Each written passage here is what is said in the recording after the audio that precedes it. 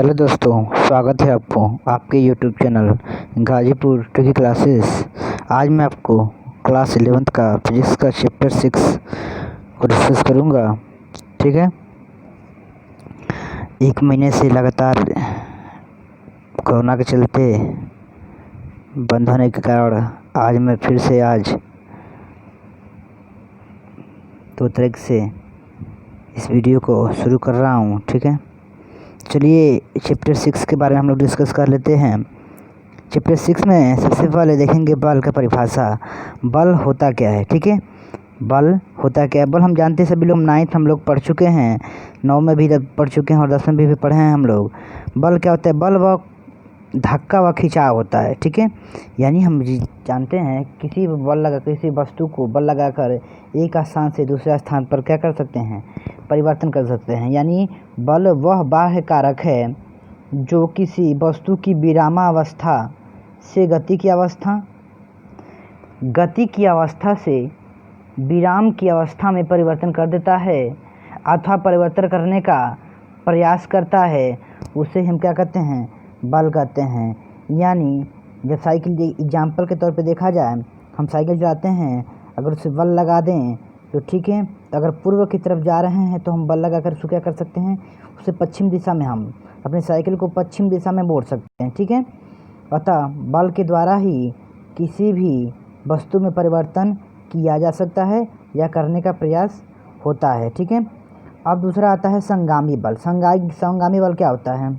ये संगामी बल होता है, इस संगामी बल को पढ़ने से पता चलता है संगामी यानी साथ मिलकर काम करना। ठीक है, यानी एक साथ कई बल काम करना, पढ़ने से ही पता है संगामी यानी एक साथ कई बल मिलकर काम करने को। ठीक है, यानी जब एक बिंदु वस्तु पर एक साथ 2 अथवा 2 से अधिक बल कार्य करते हैं तो इन बलों को संगामी बल कहते हैं। ठीक है, यानी कोई बिंदु, मान लीजिए बिंदु है, ठीक है, इस बिंदु पर 2 अथवा 2 से अधिक बल, यानी एक बल ये लग रहा है और एक बल इधर से भी लग रहा है। ठीक है, एक बल नीचे से, मान लीजिए नीचे भी एक बल लग रहा है और एक बल ऊपर से बल लग रहा है, तो इस बिंदु को हम लोग क्या कहते हैं?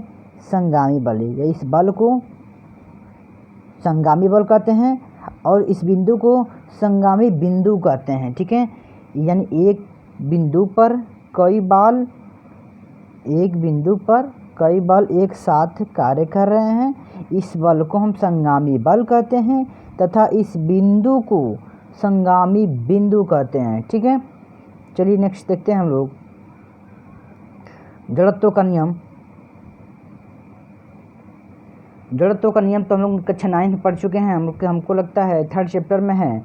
ठीक है, जड़त्व का नियम क्या होता है? जड़त्व का नियम को गति का प्रथम समीकरण का, न्यूटन के गति का प्रथम समीकरण भी कहते हैं। ठीक है, यानी इस नियम के अनुसार बाह्य बल की अनुपस्थिति में जो वस्तु विरामावस्था में होती है वह वस्तु विरामावस्था में ही रहती है या रहने का प्रयत्न करती है जब तक कि उस पर कोई बाह्य बल न लगाया जाए।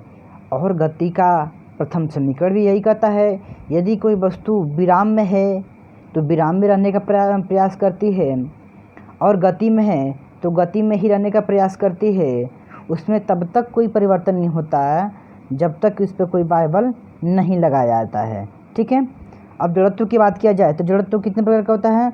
जड़त्व 3 प्रकार का होता है। कौन कौन होता है? पहला होता है विराम का जड़त्व, दूसरा क्या होता है? गति का जड़त्व, तीसरा होता है दिशा का जड़त्व। यानी विराम का जड़त्व, गति का जड़त्व और दिशा का जड़त्व होता है।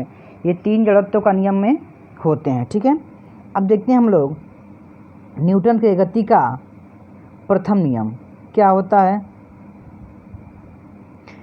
इसको गति के जड़त्व के नियम में ही कहता है। ठीक है, न्यूटन का गति विषयक प्रथम नियम, न्यूटन का गति विषयक प्रथम नियम, इसे जड़त्व का नियम भी कहते हैं।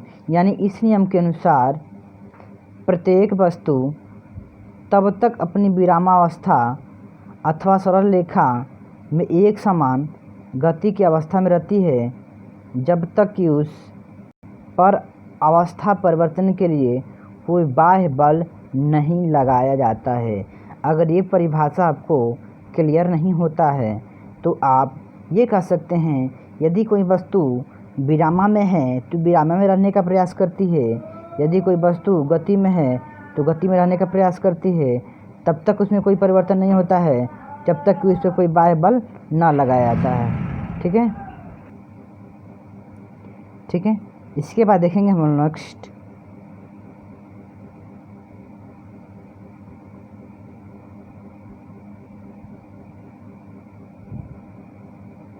न्यूटन के गति विषयक दूसरा नियम क्या है। ठीक है,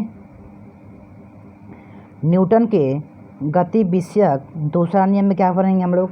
इस नियम के अनुसार किसी वस्तु के संवेग परिवर्तन की दर उस पर आरोपित बाह्य बल के अनुक्रमानुपाती होता है तथा संवेग परिवर्तन में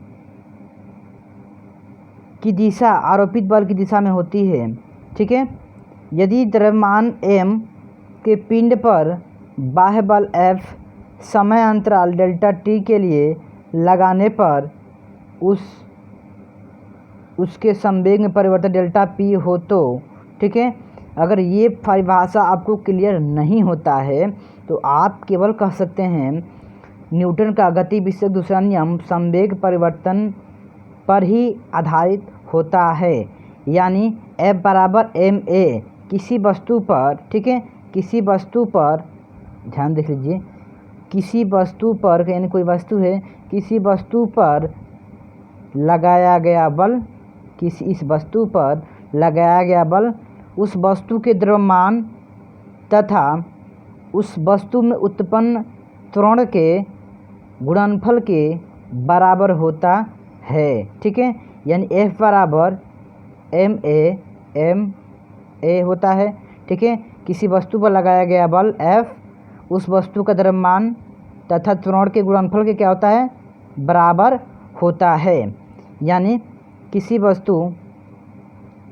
वस्तु पर कार्यरत बल F वस्तु के द्रव्यमान m तथा उसमें उत्पन्न त्वरण A के गुणनफल के बराबर होता है। ठीक है, नेक्स्ट देखेंगे हम लोग न्यूटन के गति का तीसरा नियम क्या होता है। ठीक है, न्यूटन के गति का तीसरा नियम क्या होता है। इस नियम के अनुसार प्रत्येक क्रिया की सदैव समान एवं विपरीत दिशा में प्रतिक्रिया होती है। जैसे नाव को धक्का देना, बंदूक से गोली मारना। जैसे इसका सिंपल सा एग्जांपल है, जब किसी वस्तु को, यानी बंदूक से हम, मान लीजिए बंदूक से गोली को हम मारते हैं, ठीक है, तो बंदूक से जब हम गोली को निकालते हैं तो बंदूक क्या करती है, पीछे की तरफ हट जाती है, यानी हमको धक्का देती है, इससे हम क्या करते हैं, गिर भी जाते हैं। ठीक है, यानी और एक एग्जांपल दे रहे हैं, जैसे दीवार पर हम मुक्का मारते हैं, ठीक है, दीवार पर हम मुक्का मारेंगे तो वो मुक्का, हमारे मुक्के के बल से दीवार पर तो चोट लगेगा ही, उसके साथ साथ दीवार भी हमारे हाथ या पंजे को भी चोट मारता है, जिससे हमारे हाथ पर घाव लगता है। ठीक है, यानी जितना तेज़ से या जितना स्पीड से हम दीवार को चोट मारते हैं उतना ही स्पीड से दीवार भी हमारे पंजे को चोट मारता है। इसे कहते हैं हम लोग न्यूटन के गति विषयक तीसरा नियम अथवा क्रिया प्रतिक्रिया का नियम कहते हैं। ठीक है, आज के लिए बस इतना ही, तब तक के लिए धन्यवाद। यदि हमारा चैनल पर पहली बार आए हैं तो चैनल को सब्सक्राइब कर लें तथा वीडियो को लाइक एवं शेयर ज़रूर करें। धन्यवाद।